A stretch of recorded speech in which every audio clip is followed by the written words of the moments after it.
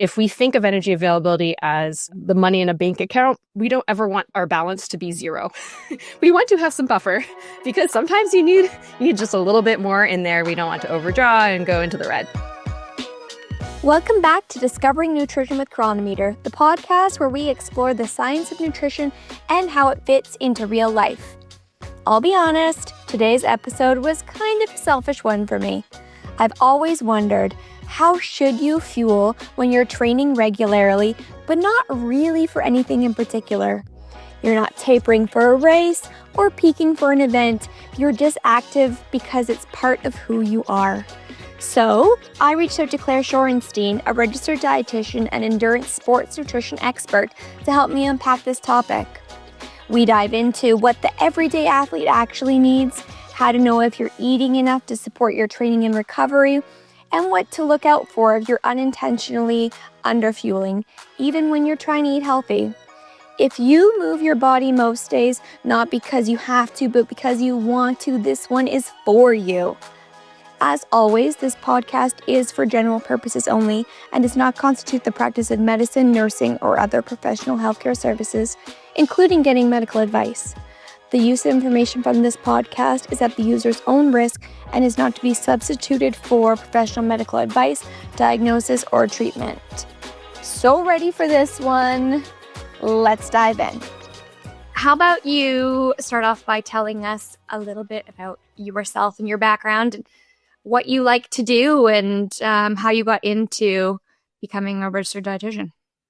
Yeah, so my name is Claire Shorenstein. I am a sports dietitian and also a board certified in sports dietetics. That's that CSSD credential.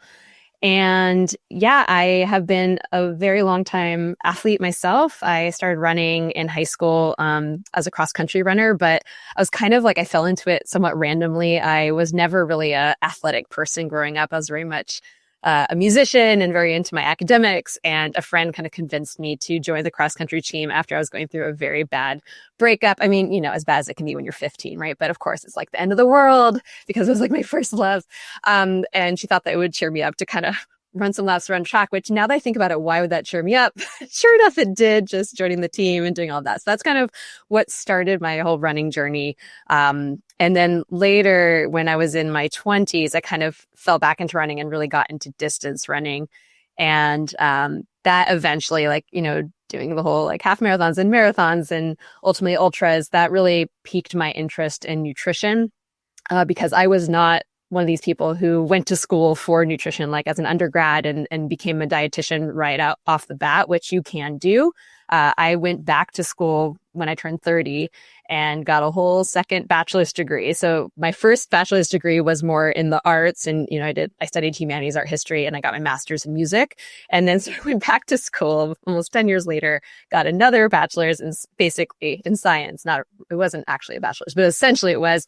And then a master's in clinical nutrition and all to become a sports dietitian. But yeah, I live in Aptos with my family. I have 2 little girls and love to just explore the trails out here. We have some amazing redwood forests and the beaches. I live very close to the beach. So it's, you know, Santa Cruz is this amazing community, much like where you live in BC. I mean, there's just like so much beauty everywhere, but you have like the ocean at your fingertips and you have the mountains and the redwoods and just so many cool things to explore. So that's really awesome.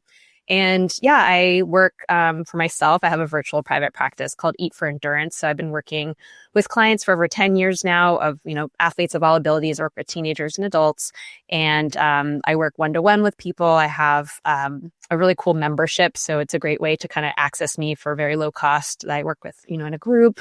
And yeah, I have my own podcast, the Eat for Endurance podcast. And I guess other hobbies when I'm not like trail running and doing fun things with my family and working and all that. I'm obsessed with arts and crafts and sea glass hunting and gardening. And so, yeah, I have like kind of lots of things I'm like all over the place.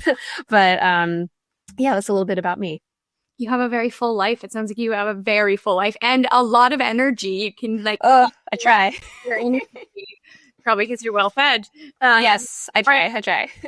Well, it's funny because I run, we'll talk about how much we both run soon, but I run, and I think at this point in my life, it's kind of for the mental health benefits just as much as it's for the physical benefits. So it's really great that your friend got you into running after heartbreak. I remember my first teenage heartbreak. I started reading Harry Potter.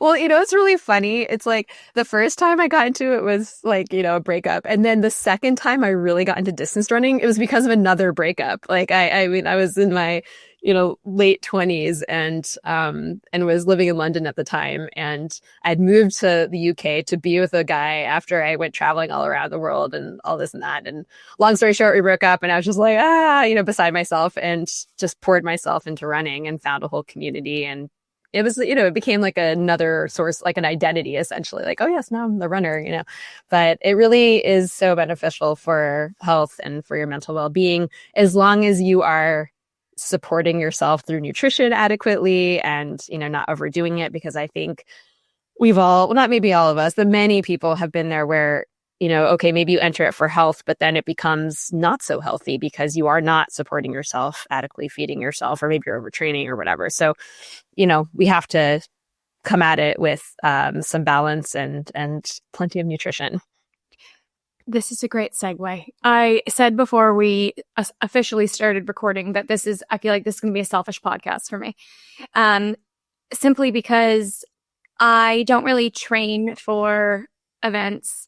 I've done a couple marathons, but I've honestly just woke up one day, decided I'm going to run a marathon, and then I've just like done the marathon distance. I'm not really someone that's like participating in races. I'm competitive, but the most competitive with myself. So, but I do run somewhat often. I always don't like saying that to people who run a lot because they're like, what does that mean to you? But probably like 8 to 10K every other day is kind of like my cadence. But then I'm like you, I'm doing so much. I'm paddleboarding. I'm walking my dog because my dog can't run with me anymore because her hips are shot. So taking her for a separate walk, and then I mountain bike. So I'm having a ton of energy expenditure all the time. And I've never really known, and I think a lot of our users and a lot of people who live in Revelstoke, honestly, because I feel like everyone is so active, but not necessarily training for a specific event. But I just want to know how to eat for my lifestyle. And so I'm hoping today to kind of pick your brain about those kinds of things, because I've experimented for many years. So a little bit of background about me is I, in high school, worked at the gym, and I went to high school in the 2000s. We're still in the 2000s. And it was like, everything that I was served, which you probably were too, was don't eat a lot. Like 1,500 calories is a lot, Mm-hmm. So I remember then I would be on the elliptical for like 2 to 3 hours a day, literally just pumping, 100 pounds. Like, I don't even know what I was doing then. And I was eating no more than 1,400 calories on any given day. And that would be like on the high end because that's what I was taught. And slowly, through working here at Chronometer, I've learned how much energy I actually need. It's been an incredible trial and error process, which working with someone like you would probably make that go a lot quicker. But for me, it's probably trial and error. And on most days, in order for me to fulfill like my energy needs, I'm eating like 2,000 to 2,500 calories, which is a lot. And then I maintain my weight. But I'm just kind of, my process right now, and I'm hoping you can help me and everyone listening that's in the same boat, is I wear a Garmin watch. And it gives me a rough estimate of how many calories I've burned. And then I'm in maintenance. And so I just kind of like eat the calories back and I just like try to like break even at the end of the day. So one of our most popular questions that I see managing our Reddit community is, should people be eating back the calories that they burn through exercise? I guess is my first question.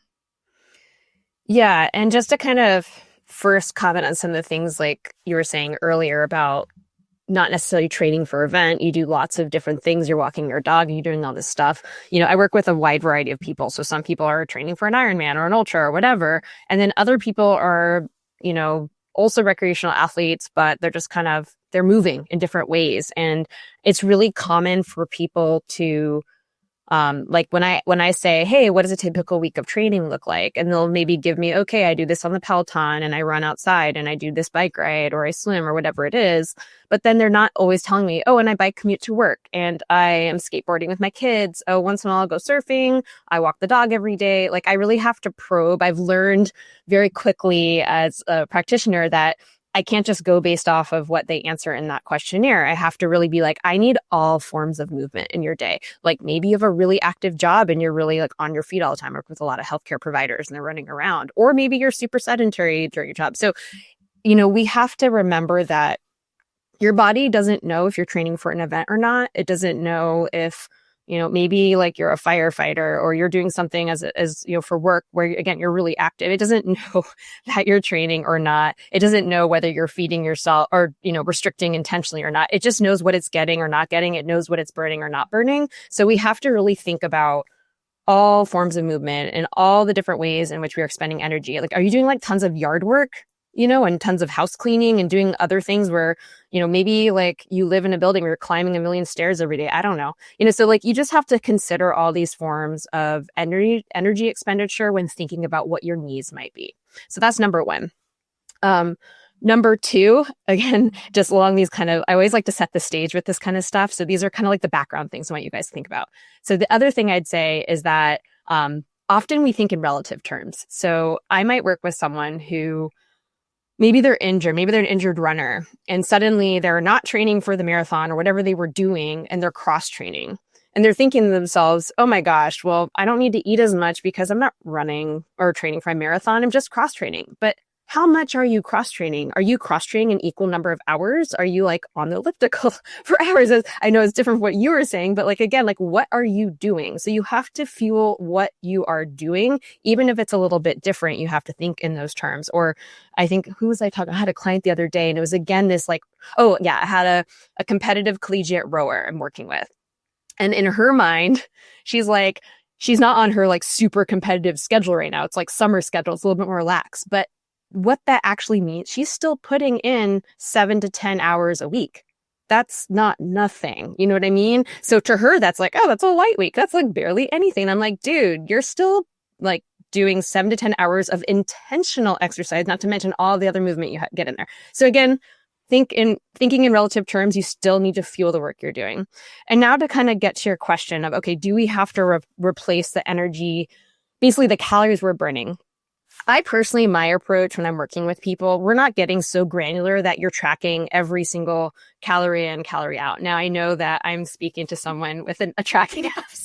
And I do love your app. And I think it's an amazing tool to really like spot check things and kind of to track and to see where you're at and everything. But personally, and in my approach with people, if we're so just obsessively counting in and out and we're getting so distracted by our watch and we're not ever listening to our body. So like we always want to use these tools as tools and not the only thing like, oh, my watch said I burned 500 calories. That's 100% accurate and I must eat 500. You know what I mean? So we have to like consider all the other things going on in life. How are we feeling? How are we recovering? How are we sleeping? How are our moods? Are we getting our periods regularly? Like what are all the things? I actually have a really great, I have tons of freebies on my website, eatforendurance.com, but one of them is like a food journaling exercise, which obviously you would just use the chronometer app and track this stuff, but it has a lot of questions. Because whenever people are tracking calories, whether you're tracking them out in whatever, we always want to consider context. So whenever I'm having, like I always have new clients do food journals for me and using like a tracking app like yours or something else, whatever they prefer doing. But I don't want to just see I ate this, that, and whatever and how much. I want to know what time of day it is. Is it pre or post workout? What time did you wake up? What's the situation? Was there a reason you went 6 hours without eating? Like why? Why did that happen? Like without all of those surrounding details, like i.e. the context, a lot of it's like, it's not as meaningful because if I see nutritional gaps or whatever, like maybe something really makes sense. Like, if you just had a plain bagel, and that was pre-workout, I'd be like, sweet, love it, great, good job. But if that's your breakfast and like you just move on with your day and all you ate was a plain bagel and you weren't about to work out, I'd be like, dude, get some protein in there, let's get some fats, like some color, like let's see a nice balanced meal. So context is everything. So in terms of like, again, coming back to the specific question of, okay, like I'm burning X amount of energy in this day. Like, what should I be doing? What I like to do is I use, you've probably heard of these athlete performance plates. Have you seen those before? Like, it's a visual tool. Yeah. So I have lots of free resources on my website, but one of them is a blog post on how much should I eat as an endurance athlete. And because that's like that whole concept of eating enough, it's a really tricky one. And for many people, many people truly they in earnest want to figure that out. It's not like they want to restrict or whatever, because many endurance athletes are unintentionally underfueling. And so they want to know, okay, well, what is enough? Like, what does that mean? Because I thought I was eating enough, but it turns out I'm not eating enough. And that's why I feel horrible, and then there are other issues like appetite and all this stuff. So performance plates are great because it's kind of like a guide on a rest day in this context of training, i.e.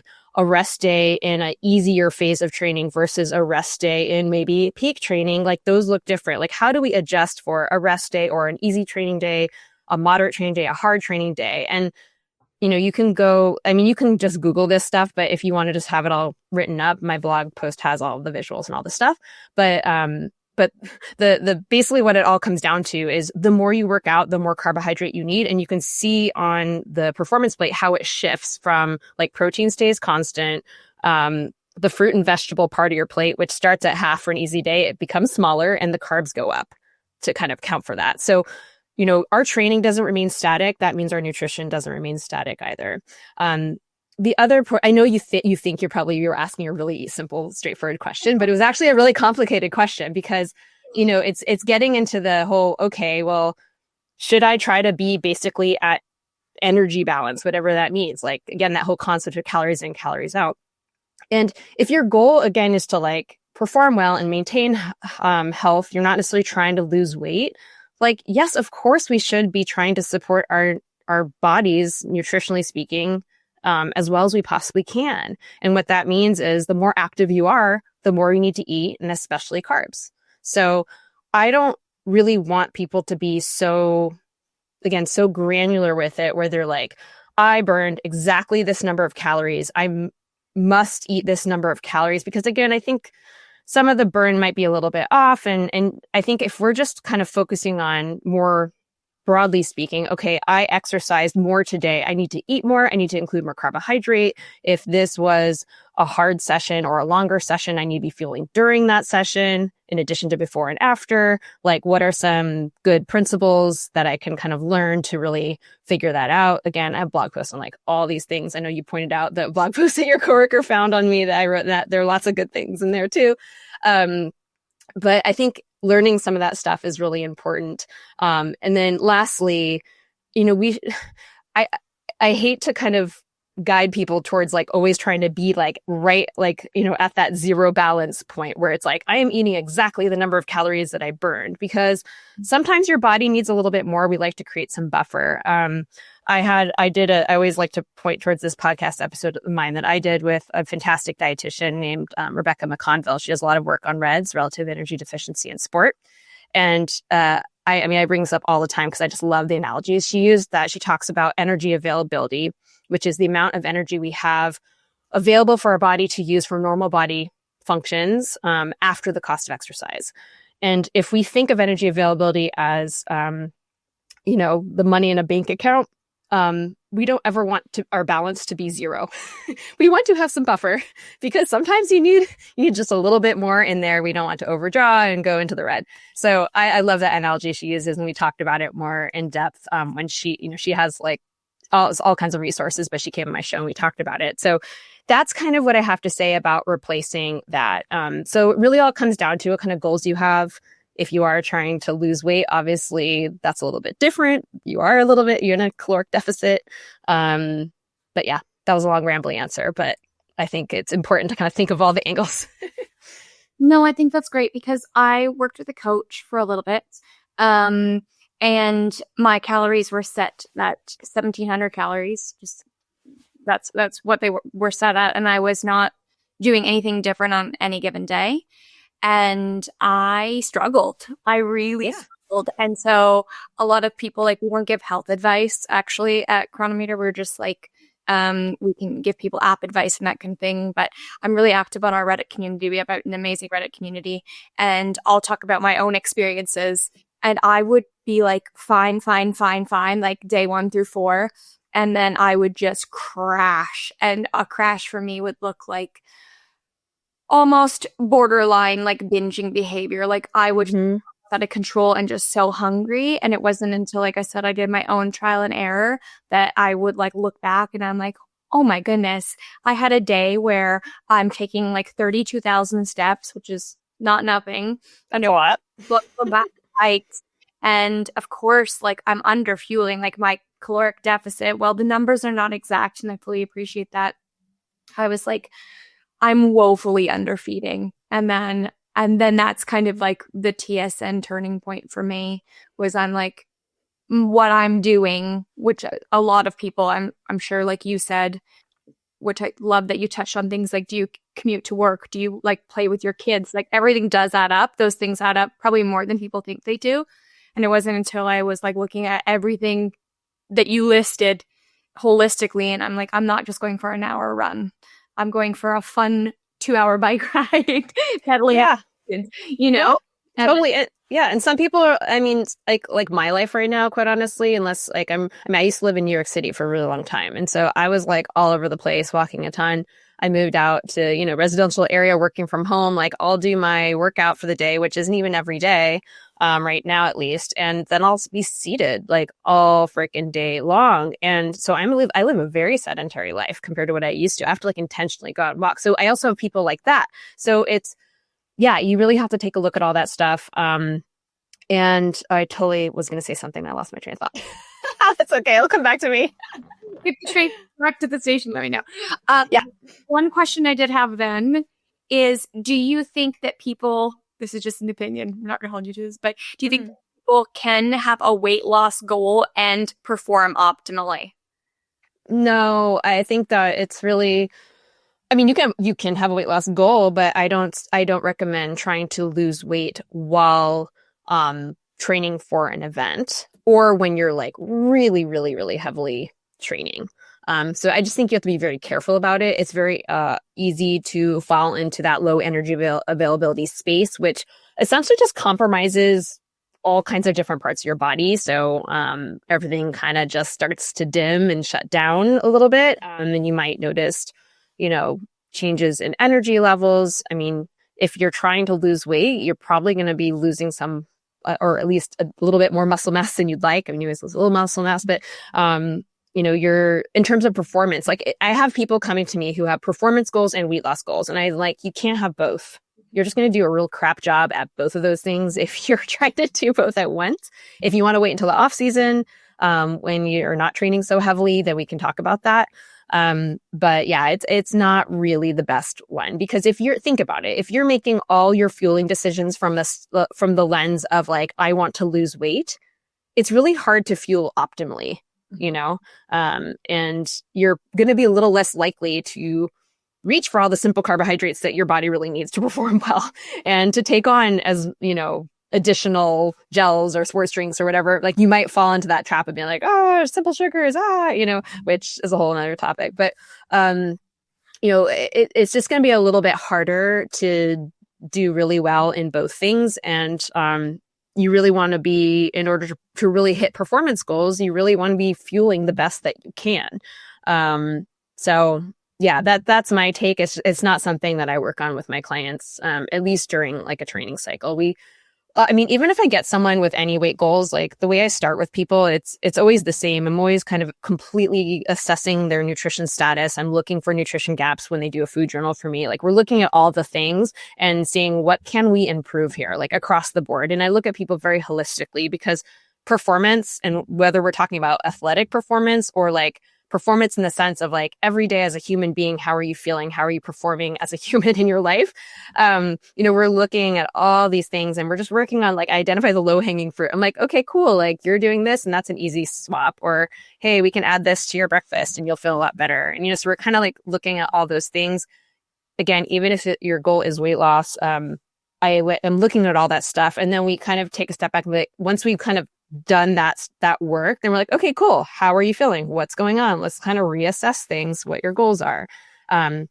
It's really interesting somehow when, or sometimes when people come to me really concerned about weight, I get a lot of women in their, 40s and 50s that are really struggling with peri and postmenopause and the changes of their bodies and all of that. Same with men too, and just body changes as they age.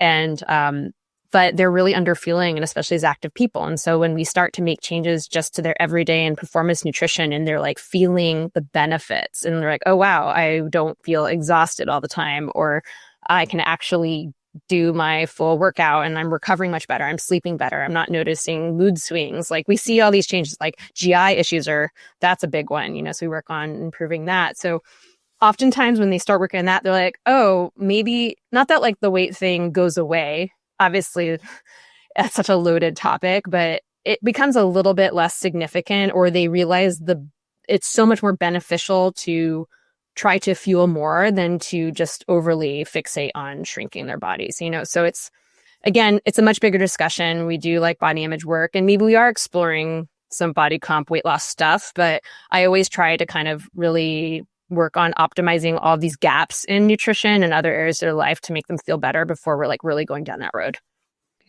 For me, having been someone who underfueled and felt like absolute garbage all the time, then now people are like, how do you have so much energy? And I'm like, it's because I eat everything, Yeah.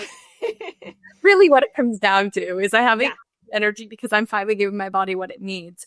And so when people are coming to me and they're talking about not having energy or, being in like a severe caloric deficit despite having really active lifestyle, I'm like, oh, yeah, I feel you. I've been there. It's just you don't know how good you can feel until you know how good you can feel.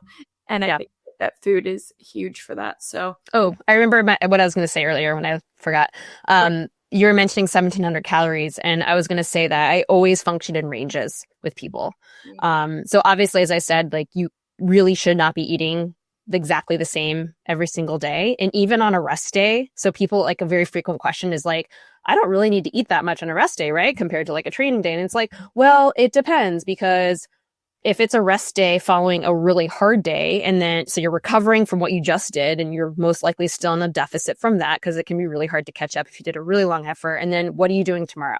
Are you preparing for something else tomorrow? Also, are you really hungry? Sometimes people feel like this delayed sense of hunger and they're starving on rest days. So yeah, exactly. So like you really don't want to ever be so rigid with your nutrition that you're like, oh, rest days, I'm not allowed to eat this and I can't eat this much. It's like, again, don't just look at numbers, listen to body signals, pay attention. Also, like, what are you doing with your life? Like, are you going out to dinner with friends? Like, what are the details of your life? Context is everything. So when I work with people, I typically am not giving caloric ranges so much. I can use equations to like estimate that, but unless you're doing like a metabolic cart, like an RMR test or something, it's not like super duper accurate.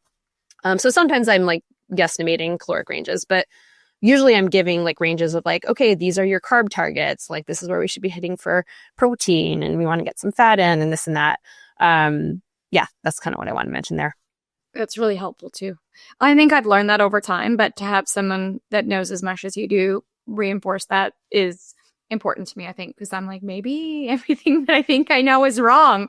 I took a nutrition science course through Stanford recently, which is, probably like touching on a number of things that you did. And it really helped me appreciate how everything is about, like your whole lifestyle is about food, like going out to eat dinner and those kinds of things too. And I used to be pretty rigid there. Like you mentioned, are you going out with friends and that kind of thing? Now I'm like, I was definitely a lot more rigid back then. And now I do treat food as fuel much more than as like the enemy. So I think it's been a good process. One of the questions I have too is I've done a lot of big hikes I did the West Coast Trail this time last year, which was, we did it with a pretty aggressive timeline. We did it in 3 nights and 4 days, which is about half the time they usually recommend people do it. And I had no energy. I forecasted how much I would be burning, and that I tried to bring enough to, like, because you're carrying it all, right? So you don't want to be like hauling around a grocery store. But I would notice at the end of the day, obviously, I was just done. How often do you think, when you're doing something like long hikes and that kind of thing specifically, or like long gravel bike rides or that kind of thing, how often should you be fueling? Is it something that you should, set a timer on your watch, like 2 hours into this? I should be having a snack, like some kind of gels or that kind of thing. Or should you more be paying attention to something your body is telling you? You definitely want to be fueling on a schedule. How frequently that is will depend on you and what you're doing. With cyclists, sometimes we run into the issue of like, okay, but I was on a really technical section of the trail, and I literally couldn't, like, unless I were stopping. And sometimes like we get into, like, I was just having this conversation with a friend of mine, a client of mine actually, who was on a friend's trip, mountain biking, and he's like, yeah, we were going so hard and no one was stopping, and I didn't want to be the one who was like, I need a snack, and so of course he like underfueled, and I'm like, dude, come on. But so there are those kinds of details. But yeah, typically, I would say at least once every 30 minutes for fuel, for food of some kind, perhaps more frequently for drinks, for fluids. But again, we have to think about the details, the context, the situation, because are you somewhere where it's extremely hot and your fluid needs are higher? Are you a heavy sweater or not? How are you getting carbs in? Are you eating them? Are you drinking them? Like, what's going on? So, and again, like on a bike, like, yeah, how often are you able to stop? Are you able to use one hand to drink or eat? Like, what's going on there? So a lot of these things come down, like, and they're very sport specific things. So if you're running, that's, we have different things to consider as well. But if we think about, okay, well, what are our fueling goals? If you're doing something long, so really over a couple hours or so, 2-3 hours or longer, our fueling goals for carbohydrate, we're trying to get 60 to 90 grams or even higher in per hour, depending on what your goals are. So, if we look at kind of the elite athletes who are really pushing hard carb fueling and they're going at a very high intensity, we see like cyclists doing like 140, 150, even trail runners, grams of carbohydrate per hour. That's not what most people are doing, like just, more leisure kind of, okay, we're just not like an easy hike, but, you're not like out of breath, like, really killing yourself kind of thing. Like you're on a hike, recreationally, you're enjoying yourself, that kind of stuff, or ride. But we still need fuel. So, I actually just addressed this topic on my own podcast where it's like, okay, well, like I'm a back of the pack athlete. Like, do I really need to take in that many carbohydrates an hour? Like, does it really matter? And we're talking about intensity and also body weight. How does that affect things? I had 2 episodes on this with another dietitian. And those are really important questions to explore, because people kind of get in their heads like, well, I'm not like an elite athlete. Like, I don't need to fuel that much, or like I'm going really slow, or I'm not racing. I'm just like taking my time. It's like, you still need to fuel that effort. You were still hiking for, what'd you say, 3 nights, 4 days or whatever. And you were like hauling ass. Like think about how tired you were and how hard you're working, or, whatever. So again, it's all relative to you. We're not comparing you to an elite athlete. We're comparing you to you. So if what you're doing feels hard, then you need to fuel that. And even if you're moving at like a quote unquote easier pace, whatever effort, that is, are you doing it for hours and hours and hours on end? Because that energy burn adds up, and you still need carbohydrate to fuel your working muscles and to kind of make sure that you're not, completely depleting your glycogen stores. You need a steady stream of energy going in. You also, depending on what you're doing, might need some protein. Maybe you're getting some fat in, depending on, again, what you're doing, what you tolerate, and all of that. So yeah, we really, in terms of frequency, I have clients who are fueling as often as every 15 minutes or 20 minutes, maybe. Again, depends on what you're doing. Are you running a marathon or an ultra? Are we at high altitude and maybe you can't tolerate like larger amounts. So you're having more frequent, smaller amounts. If it's fluids, maybe you're sipping every mile or so, depending on, are you running or hiking? But then what is a mile? If you're on the bike versus running versus hiking, a mile is a whole different stretch of time. So, I often am really encouraging people to think when it comes to fueling, think in terms of timing, not distance, because distance it'll depend on what the sport is. It'll depend on the terrain. Even if if you're just running a road marathon, a lot of people are not running even splits. So thinking about, okay, my goals are per hour. You want a certain number of ounces of fluid. You want to make sure you're getting sodium, which is tied to fluid. Always make sure you're thinking of salt tied to fluid. So that's usually in a milligram sodium per liter of fluid concentration. And then grams of carbohydrate per hour, and then maybe protein grams per hour. So if those are hourly goals, then you need to think in terms of, okay, well, how frequently do I need to fuel to hit those goals, right? So it's thinking like you kind of work backwards a little bit in that, and then you think about your specific context and what makes sense for you, what you tolerate. Maybe you're just starting this whole process and you're like 60 grams of carb, holy crap, I can't do that. And so maybe you're starting at 30 and you're working your way up. So this will look different for everybody. That's helpful. I think that one of the things that I'm so bad at, sounds like your client there with the mountain bike, and I speak the same language. I really don't stop at all. I'm snowmobile too, which is quite hard because it's a lot more like muscular, not necessarily cardio in the same way. But I sometimes won't eat in a day at all, which I'm sure is terrible for you as someone that does sports dietetics specifically to hear. But so I'm trying to get better at that, I think. And that really answers a lot of my questions, because a lot of the time I'll only stop when I'm hungry, or not even, I don't really receive hunger cues in a normal way. And a lot of people don't, when they're exercising or afterwards, athletes can't just rely on hunger. Even afterwards, sometimes your appetite is suppressed hormonally. So you just have to be okay, I need to be really intentional. I know I have these goals. Again, pay attention to how your body feels, but you also know you have to override things sometimes. You just need to fuel because you need to fuel, not because you're hungry. Yeah, and I think that I'm one of those people. So I have to do a better job, because then I feel like I'm behind the 8 ball and I'm chasing, I'm fine. And then I feel like I just crash, and it's how am I then going to get, how am I going to finish this basically? And that usually looks like high chews. Yeah. Yeah. A conversation I often have with clients is, and this is actually a whole conversation we were having in my membership community, Fuel for Life crew, because I have a bunch of ultra runners in there right now, amongst other people, but they were just saying how they're ravenous later in the day or they're crashing, they're not recovering well. And so we talked about I have them kind of, okay, well, what are you taking in beforehand? What are you doing during? And so we were working on, because the group is small enough that I can give some personalized advice, which is awesome because it's super cheap. And so I was like, okay, cool. Let's add more carbohydrates to your pre-workout breakfast. And what are you taking in during? Okay, let's increase that during. And then they would comment on I feel so much better later on. So sometimes it's interesting because when I'll be adding something, it might be people might notice it in the moment. I always ask someone if they add a little bit more carbohydrate before or during a session, especially if it's a long session. Did you notice any changes? Did you have any more energy? Did you perform better? And sometimes the answer is no, I felt the same. But what they will notice is later in the day, they're not starving or crashing, or maybe it's the next day, they're not as ravenous. So you have to think about what are the short-term effects and the longer-term effects of any nutrition change you're making, because it's really not about what you can get away with. It's really we're trying to maximize and optimize how you're feeling all the time, not just in that moment, but later too.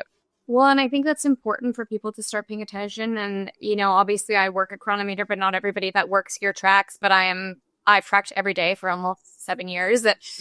And I am someone that's highly motivated by data. So for me to get those kind of cues, okay, I just honestly track, and then I'd be holy cow, 3 days later, I'm eating 4,500 calories. It's because I was underfueled, and having those kind of fights has really helped me. But obviously not everyone is tracking or getting those things. And you obviously have ways of if you're prompting people, because most people think about a 24 hours, or a lot of the people that I talk to think 24 hours, you should feed the workout that you've done that day. They don't necessarily think about like it could affect them like 1 or 2 days later.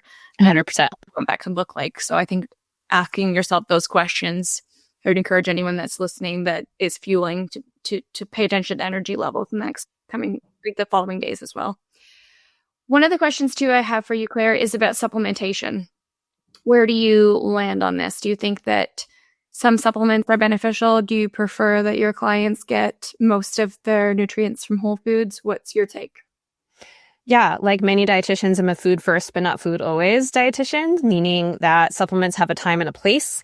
But I literally just, my newest client I took in had 14 supplements on there, and we discontinued almost all of them. Like, I was like, why are you taking this? She's like, I don't know. A doctor recommended it like 5 years ago, and I just kept taking it. Like, if you don't know why you're taking a supplement, or you're just taking it for years on end because someone told you, like a provider that you don't even see anymore, and you don't notice a difference, like, those are red flags to me.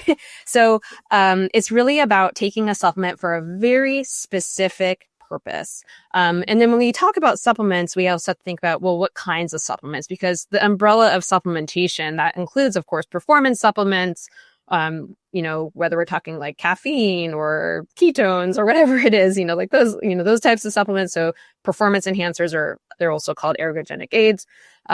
We also think about supplements like protein powders and gels. Like, those are more like food-based supplements for sports, like sports supplements, which are very widely used. And those I kind of almost categorize separately. And I mean, they are supplements, but I think of them a little bit differently. And then there's like vitamin and mineral supplements. And with the vitamin and minerals, or omega-3s, or, those kinds of things, we just have to be really careful. We always want to know why you're taking something. But for that in particular, not all these things are just harmless. These things can be, like iron, for instance. Too much of that is toxic. Any fat-soluble vitamin, you're not just peeing it out. Many, like vitamin C or B12 or, the B complex or whatever, like you just kind of pee it out, expensive urine, as they say, right? But other things you don't. And so I always encourage people, before you're supplementing anything, get a full set of lab work done, have a dietitian or your physician or whoever, someone who really knows. And if you're working with a physician, make sure that, because unfortunately this isn't always the case, that they understand athletes. A lot of the time you'll show up with a ferritin that is garbage, and they'll be like, that's normal. And it's like, a ferritin of 16 isn't normal, especially for an athlete, but not for anyone, So just make sure that what is what is actually optimal and what is like within normal limits, but not okay especially for an active person. So there are cases where, okay, yeah, if your vitamin D is like in the 20s or something, or even it's in the 30s and sometimes in the 40s, like, yeah, you might need to supplement that because it's not as readily available in food. That said, we're going into the summer months. If you're able to kind of get some sunlight and sun exposure without, your sunscreen or clothes covering you up. Obviously, you don't want to use sunburn, get cancer, but we're just like getting some sun exposure there. That's helpful. That's how we make vitamin D in the skin. But kind of starting something and then getting rechecked. What I often see with vitamin D specifically is someone will be like, I've been on it for 5 years. And I'm like, why? And they're like, well, my vitamin D was low 5 years ago, and then I just never stopped. I'm like, yeah, that's not like, if you take vitamin D, let's like supplement for 2 months or 3 months or whatever. And then of course, keep in mind like what time of year it is, because yeah, in the winter months, if you live in the Northeast or somewhere where you're not getting sun exposure, fall to early spring, you might just have to supplement every year. Like, that might be it. But retest and make sure that you don't need to stop supplementation if it's getting too high. So same with like, yeah, if we identify that your B12 is on the lower end of normal, or, if you're deficient in some other nutrient, then we will supplement, but we don't want to just throw a pill at it. We want to understand, why is it low? So root causes, and also like, yeah, what can we do through food as well? So supplementation is kind of just like speeding up the process of replenishing, but like, we don't want to do that alone. We want to understand why, because supplementation should be a temporary thing, not just like a Band-Aid that you're leaving there forever. And then what can we do through food, get that nutrient through food. So that's that. And then, really being careful with quality, because as I'm sure you're aware, the supplement industry is just the Wild West, and there's some super duper dodgy things out there. So making sure that ideally it's third party tested. So if you see like a USP verified or Informed Choice or Informed Sport or NSF certified for sport, those are all great things to have on like a protein powder or any supplement that you have, or just using like a brand that is trusted. And there are lots of great brands out there. Because not everything is like that NSF certified or informed sport. Like that is for people who are being like drug tested, which, you know, the recreational athlete doesn't necessarily need that level, but it's nice to know that like there's nothing dodgy in there. For performance supplements, it's slightly different because, and I literally, my last podcast episode I did with another dietitian was all about caffeine, ketones, and sodium bicarb, amongst other performance supplements. But we talked all about this. And it really, like, you have to ask yourself, like, caffeine is like widely used, well-researched. Like, that's a great one. Like, that one pretty much gets the green light for most people as long as you tolerate it. And it's just like learning how to use it. If you're an athlete, that's a good one to use. All the other ones may or may not have good evidence behind it, or may not be appropriate to what you're doing. May or may not be. So it really depends on what you're doing. Like, if you're like a sprinter versus a long distance athlete, like certain supplements may or may not be appropriate. Or, you know, with the case, or as the case of the ketones, there may just not be enough evidence available. And some of these things are really expensive. So you also have to ask yourself, like, is this really worth it for me? Or like, and one of the things we talked about in this episode was like how supplements, performance supplements are like the cherry on top of what should be a very strong foundation of nutrition and training and rest and all that stuff. Like, you really have to get your foundations like locked in before you're starting to dive into the supplement world. All too often people get distracted by shiny objects and like, oh, ketones, I want to do this. And they're like, dude, can you just eat carbs? Can you like eat enough? Like, what's going on with your basics?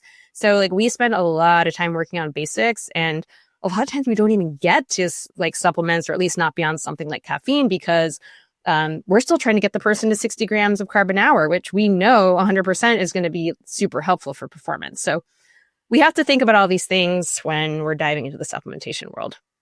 What about creatine? Yep, that's a very popular one. And what I like to tell, so creatine I think is really fascinating and interesting, and I've been meaning to try it for myself because I am very interested in it, and there's some awesome research out there. But you know, some people are taking it, especially like it's being pushed a lot in the peri and postmenopause space, because one of the things that it might help with potentially is, you know, preserving lean body mass. But here's the thing: if you're not eating enough food, and like if you're not eating enough food and you're taking creatine hoping it's going to help you preserve your muscle mass, like, good luck. You know, so really, like, again, we always have to come back down to the basics. And then if you're trying to like preserve and or build lean body mass, you need to be eating enough total energy, getting in enough protein, and you have to strength train. Like, you can't pop some creatine or put it some powder in whatever and like be like, nope, don't need to lift weights now. I mean, I wish. I hate strength training like so much. But I'm the worst with strength training. So I wish I could replace it with a powder or pill, believe me. But you can't take shortcuts. So like, I think a lot of times people think about supplementation like easy shortcut. No, not really. Doesn't work that way. That said, yeah, creatine I think is awesome. There's some great potential benefits there for all kinds of different groups of people. It's not as well studied in endurance athletes, but it's being, you know, explored amongst lots of different people and sports and such. So yeah, I think it's an interesting one to dabble in. I think just don't expect it to be some sort of like miracle supplement. People are kind of like really like lifting it up as the thing that's going to do all the things. And while I do think it's potentially great and it works for many people, you can't neglect the basics if you're taking that. I think that's helpful. I didn't know if it was touted to have the same benefits for endurance as, you know, strength training, because that's typically where I've seen it. But we have a nutrition scientist on staff. She's incredible. And she's like, yeah, creatine for sure. And I've just I'm actually not someone to supplements at all, basically. So for me, I'm like, is this actually worth it? But I think that someone, I'll have to fact check this, but I think there was just a PubMed article or a study done on creatine for women specifically. So I'll have to look that up. Yeah, I'll have to have a look at it too, because I've been waiting for someone to give me a reason to go and buy it, basically, and I just need to go and do it and try it. But I mean, it's one of those things where it's like, is it gonna harm you? Probably not. Sometimes there is some fluid retention or some of those side effects. But again, if you're doing a low dose, like 3 to 5 grams a day, like probably going to be fine versus you don't have to do the loading phase or anything like that. So if you're doing a low dose, you can try it and see. But yeah, I mean, there are lots of potential benefits, and a lot of people are enjoying it. I have a lot of clients who are on it. I know a lot of dietitians who take it and promote it, and I think that's great, and that's totally fine. My only criticism is that it's being like touted as this like be all end all thing, but it's the way that people are using it, because they're like, I'm going to take creatine, but then they're still under fueling. So, you just always have to remember, like, you can't neglect the basic stuff and expect a pill to like save everything for you, that's it. But I think it's potentially great. I haven't tried it myself. But yeah, there's a lot of really fascinating research behind it. So I do think it's worthwhile for a lot of people. That's really helpful. I have a few more questions for you. I'm not sure if this question is totally appropriate for a dietitian, but I'm gonna shoot for it anyway. So one of the questions that I have is, how can somebody find a balance between movement and longevity and their health? So I'm going to give a personal antidote here. So I have, my heart has developed what is called athlete's heart. So the left side of my heart is now bigger from running. And then I have a very low heart rate. It's in like the high 30s, low 40s, which is, that's initially why I ended up going and getting like I got a heart ultrasound done and that kind of thing. And this really made me wonder, like, if my heart has adapted for my sport, and now it's disproportionate. Do you think that harm is done from the amount of physical activity that some people are doing? And like, how do you mitigate that from a dietary perspective? Like people's joints, for example, like, you hear runners but can't run anymore when they're later on in life because their knees are shot and that kind of thing. Like, would they have been better off sitting on the couch? Like, I guess kind of what I'm wondering is, in your practice, how do you account for just longevity being paramount as well? Yeah, well, obviously not a doctor, so medically I can't comment on some of this stuff. But okay, the low resting heart rate thing, that's always an interesting one, because you can have a low resting heart rate, because you're so fit, but then we also know you can have a low resting heart rate because of low energy availability, right? So that's one of the kind of symptoms potentially of being chronically underfueled. So that's one thing. In terms of like the whole movement piece, I mean, we know that exercise is beneficial for long-term health and for all kinds of different things. So I don't think anyone is ever better sitting on a couch. But we can ask ourselves, is, running ultras nonstop or like overdoing it? Like, again, it's like, how are you exercising and how are you resting and recovering? How are you supporting yourself? So, how many races are you doing? How is your body handling it? So I think it is an individual thing, but it's also like, if you're training for a big race, are you smart with your training? You're incorporating rest days. You are doing strength training so your body can really handle the load and you're fueling yourself adequately. And then after the race, you're really taking the time to recover, or are you just diving right back into the next thing?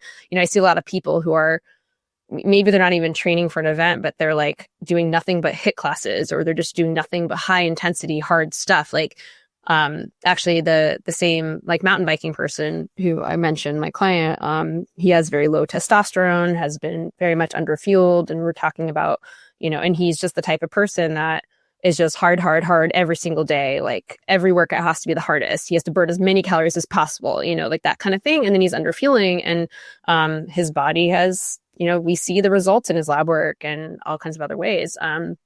So it's those kinds of things of like, okay, well, how are you going about it? So yeah, in terms of, and then like runner's joints and all that, I mean, I don't know the latest evidence, all that, but I'm pretty sure I've seen and heard things where it's like, running is not bad for you. It's like, okay, well, how are you doing it? So I think all of us have been in a situation at one point or another where we've overdone it, we've injured ourselves, or like we just did something really stupid, or at least I have, I don't know. So yeah, in terms of the nutrition piece, this is why it's so important for you to fuel the work that you're doing. Because once again, you know, if you're putting in 14 hours in a week or however many hours of activity and you're doing super long things, you know, is it too much for your body? Maybe not if you're really handling the load well and you're really fueling the crap out of yourself and, you know, you're really on top of it and you're adequately resting and versus someone who isn't, you know. So I think it's where it's all relative, and it's we have to really think about you personally and how you're feeling doing these things. Because if you're kind of like your body's sending you all these warning signals and you're just like override, keep pushing, keep going, like you're going to crash and burn at some point. Like that's not good for you. So, yeah, I guess that's what I have to say about it. But I don't think the answer is ever to not move at all. We just don't ever want to be at extremes. And while you could think of like ultra endurance athletes as being a form of extreme, it's really how that person is supporting themselves and the whole picture, because I don't think it necessarily is bad. I mean, maybe some people would agree that certain ultra endurance sports are not that great. And I'm sure there is, I mean, obviously there's a lot of stress on your body. That's happening through very long-term activities like that and really stressful or very like intense activities. And you could say the same thing for like these FKTs and all these things where you're like not sleeping for weeks and you're pushing yourself like crazy. Like, I imagine there's no way that's really good for your body, right? Like we can probably agree on that, but people are doing it anyways, right? So at the end of the day, like it's your life to lead and you're going to do the things that make you happy, because like I'm sure all of us could, you know, be like uber focused on every single thing that's going to optimize our health and wellness and this and that. But like, are you actually living your life? No, probably not. Like, and this is where like people who love numbers and data and all that stuff, like that's awesome. And I want you to use those as tools, but I also don't want you to get so like wrapped up in those things that you're not living your life, paying attention to your body, looking up and around, you know, but you're really like weighing all these things equally, because I think it's really easy to get a little too tunnel vision with like the trackers and all those kinds of things, you know? I totally agree. Yeah. Sometimes, it would be like, you need a rest day. And I'm like, I feel actually really great. Or the opposite. Or the opposite. You know, it's like Sunday and I'm like, absolutely not. So I try to not pay attention to like those kind of like readiness scores and that kind of thing. Oh yeah. Yeah, my Garmin is such a jerk sometimes. It's like, yeah, you are training like, or whatever. It's like, I forget what it tells me, but basically it tells me that I'm like performing like crap. And I'm like, I feel awesome. Or other days where I'm like dying. They're like, your recovery is well. I'm like, great, thanks.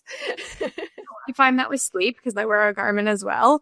And it's like on my I used to wear an Apple Watch and then third party sleep app. And he was like, your sleep is tremendous. Like every day it was like, good job. And then Garmin is like, you suck. Like, yeah. Like if I get 90, it's like, whoa. And I'm part of the Garmin online community on Reddit. And like people will like share their sleep scores and like, nobody's hitting in the 90s. So I'm like, maybe Garmin is just ruthless, but I try not to pay too much attention to it. Although I am highly competitive.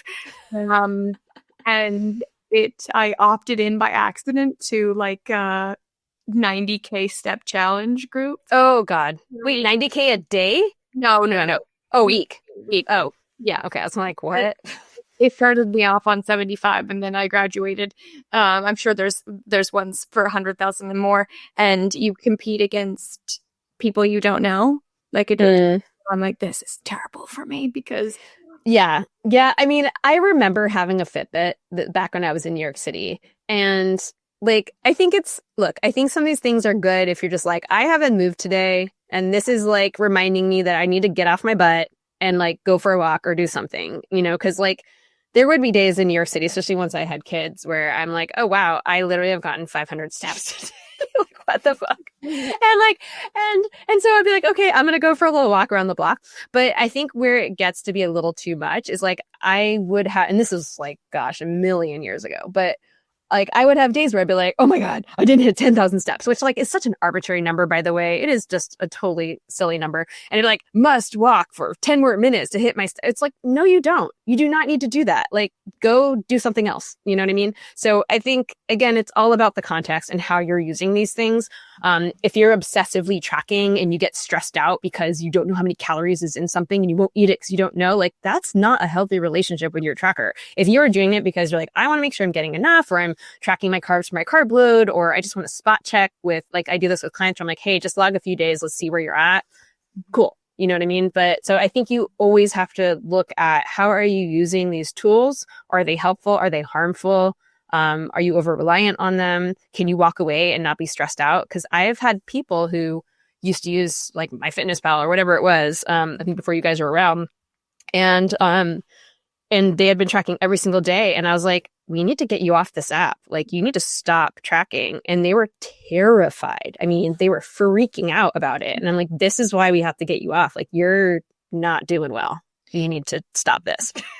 No, and I completely agree. We have settings within Chronometer that you can shut off like calorie tracking. And I love that's why I like your app. Like, you're the only one that does that, to my knowledge. Maybe I'm wrong, but I mean, that's why I love it. Yeah. And for me, because I used to be in that cycle, like I moved recently and I was purging all these things. I'm like, do I need it for my next house? Absolutely not. And I found all these food journals from high school where I was like tracking my calories. Like, I've literally been doing this for ever. And it was from a place of restriction, and it was scary, like everything you just said. Like, I was scared to go out to dinner because I didn't know how many calories. Like, it would make me feel wild in my heart. And that is that was very disordered eating. And then now to be on the other side, like, I track because I tend to not eat enough anymore for my energy goals, which is coming from a very different place. And I do see a lot of, like, there's people that will be tagged in sometimes in like eating disorder communities. And I really don't ever touch on that. Short of like offering the solution of like not calorie tracking. But I think for me, tracking has just been so eye-opening. And I don't actually hit everything, even though I eat a lot of the same things. Well, I don't really hit all of my my nutrient targets if I'm not tracking. So yeah, I mean, I use, like, I'll sometimes pop on your app for myself when I'm just like, I want to make sure I'm eating enough. I've had like some really busy days at work, and I'm the type of person that, like, I never like forget to eat, but I'll literally be like at my desk and I'm like, oh gosh, gotta eat lunch. I'm gonna just one last thing. It'll take 2 minutes. And it's like 1 hour later. I'm like, oh my God. I'm just like that typical like person that doesn't take their own advice kind of thing, right? Like, doctors are the worst, like, or, you always hear about these things, or medical professionals and all that. Because everyone's like, oh, you're a dietitian, you must be so healthy. You must. And I'm like, well, I know everything I'm supposed to do. It doesn't mean I'm actually doing it. Like, example, strength training. So I'm trying my best. That's all you can do. So like when I'm tracking stuff, I'd be like, okay, cool. Like, these, I've noticed this is where I'm struggling. I'm sometimes really not getting some of my micronutrients in. I've realized, like, I'm like, oh wow, I am really not hitting some of those micro targets. Like, gotta really like seek out specific foods to kind of improve this. Or maybe I'm reaching for cereal a little bit more often. I love having cereal as a snack, but like, it's fortified and it gets a lot of things in. So yeah, so I think it's really helpful from that stance of that. But yeah, I agree. It can be really, really tricky for some people to track. And so I love that, when I talk to people, I'm like, I'm interested more from a descriptive standpoint. It's not just the numbers. Turning off the number part for people is good.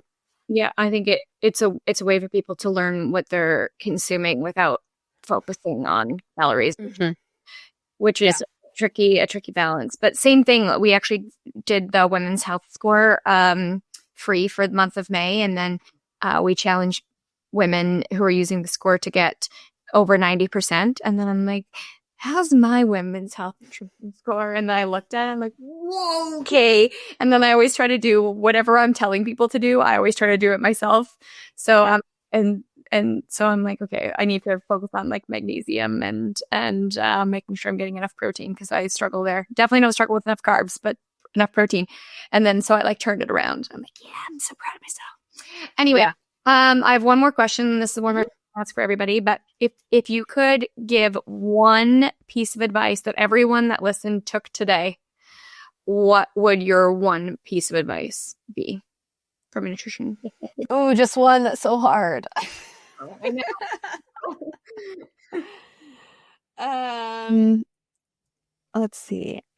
I think normally I would say eat more carbs because that seems to be just across the board the thing. But because so many people are on the go and traveling, and that's kind of on my brain, and I just gave a presentation about this, so it's really on my brain, I would say be prepared, plan ahead and think ahead. And so like when I use the word travel, I use that word very loosely. So like, yes, summer travel and everyone's maybe going on trips and whatever, maybe traveling for work or for pleasure, whatever, but also like just being on the go anytime you're out of the house. So I think really like thinking ahead, sometimes we can predict, like, I'm going to be in back-to-back meetings for the next 4 hours. Like I need to have a really solid snack or meal beforehand and maybe have something I can drink if that's or snack on or whatever during, depending on your context. Or maybe you're going to be out and about the house for many hours and keeping things in your car or in your bag or whatever. Or maybe you're going on a long plane ride and it's like, okay, well, are there going to be snacks that are appropriate for me at the airport or on the plane, or what do I need? So I think just planning ahead and thinking about what you can predict. And then because there's always stuff that happens that you can't predict, having some backups, snacks, whatever. I have a whole freebie on my website all about travel snack ideas and things for this situation. I literally just created a masterclass, gave a presentation on it. But because athletes are really busy, they're on the go all the time, whether you're driving to a trailhead or somewhere to bike, or you're traveling on a trip or whatever it is. And I see a lot of people really like drop off on their fueling game and get behind because they just forgot to bring food with them, or they kind of use that mentality of like, I'll figure it out once I get there, or I'm sure there'll be something for me. And it's like, maybe not. And then if you have any dietary restrictions, forget it, because then it's even harder to find things that work for you. So the more you can plan and come prepared with your fueling, not just for the actual performance nutrition of like, the stuff you need to do the activity, but all the other stuff surrounding for your everyday, the better off you're going to be. That's amazing. I haven't heard that one yet. You know what? No one has ever said the same thing, which I love. That's awesome. I always try to take that last kernel of wisdom and apply it to my own life. Yeah. Obviously all the kernels of wisdom, but sometimes, like you said, it's hard to be perfect in every arena. And also I really dislike strength training, and I don't know why I can go run for 4 hours. Same. And that's fine, but I know. And I keep getting injured because I'm just not doing the strength training. So, and it's like, even though I keep getting injured, I'm like, I just won't learn my lesson. And I actually am doing my PT. I've done it. I was trying to do twice a week. I've done it once a week for like 4 weeks. I'm so proud of myself. This is like how low my bar is. Doing it once a week consistently, I'm like, yes, I did it. My younger brother, he is like you. He at 30 decided to go back to university, and he's getting his biology degree. And I was complaining about something with my back, and he's like, strength training.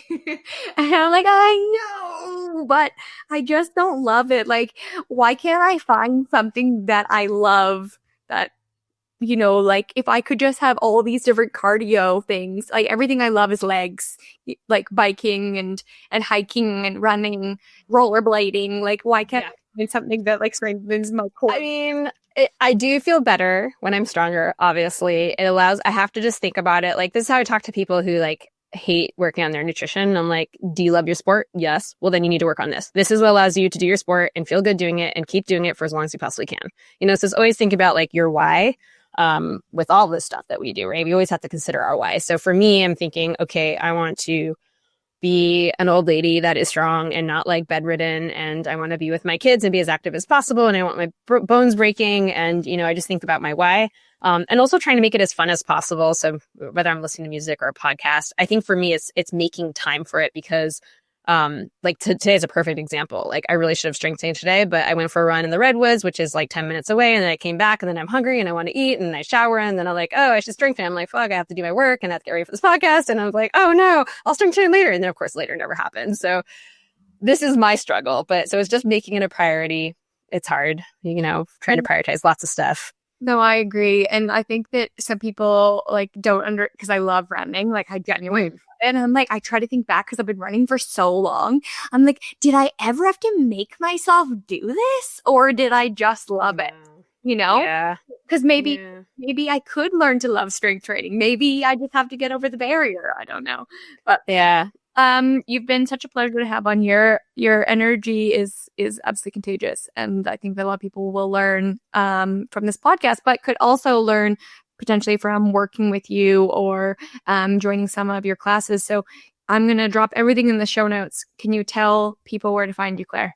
Yeah, I'm really consistent with my branding. I'm eatforendurance.com, Eat for Endurance on Instagram. And yeah, my membership is called Fuel for Life Crew. It's $30 for like all of my online library, which it's like a crazy deal. And then you get a, private Slack channel with me. And because it's small, you get like I get to basically answer all your nutrition questions. And of course I take one-to-one clients, as well. And that all the information is under services on Eat for Endurance. And then if you want to hear my podcasts and get loads of more free resources, in addition to my blogs and freebies, downloads and all that, it's the Eat for Endurance podcast.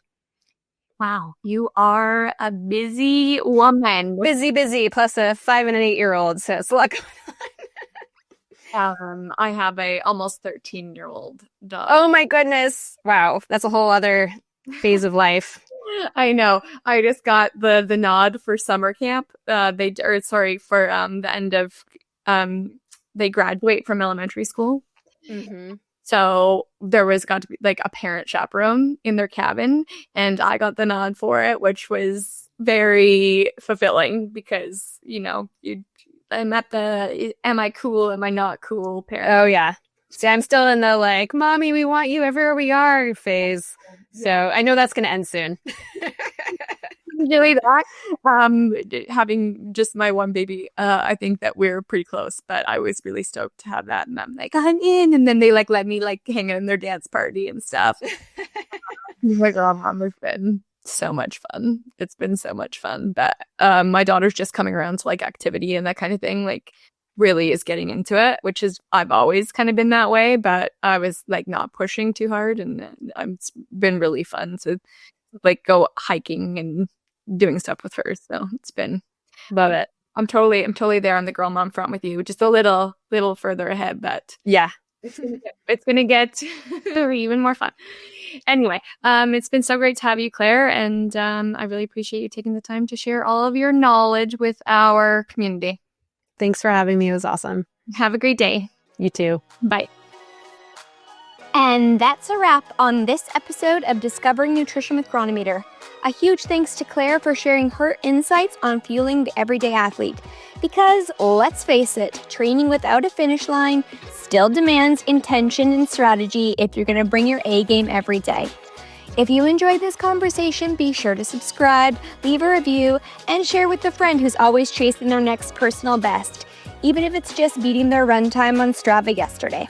Until next time, stay fueled, stay curious, and keep discovering what nutrition can do for you.